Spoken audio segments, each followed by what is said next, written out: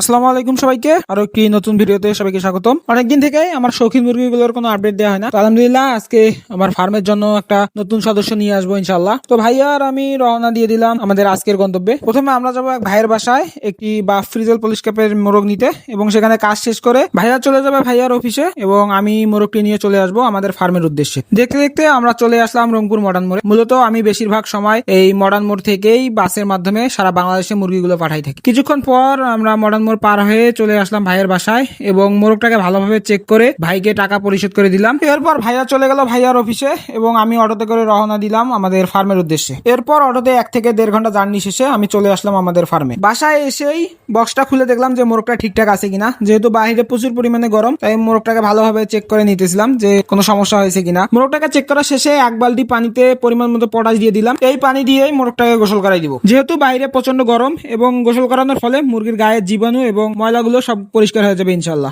এরপর মোরগটাকে ধরে সুন্দর করে গোসল করে দিলাম। গোসল শেষে মোরগটাকে 3 থেকে 4 দিন আলাদা জায়গায় কোয়ারেন্টাইনে রাখবো, তারপর আমার মূল ব্রিডিং ফার্মে নিয়ে যাবো। এই ছিল আজকের ভিডিও।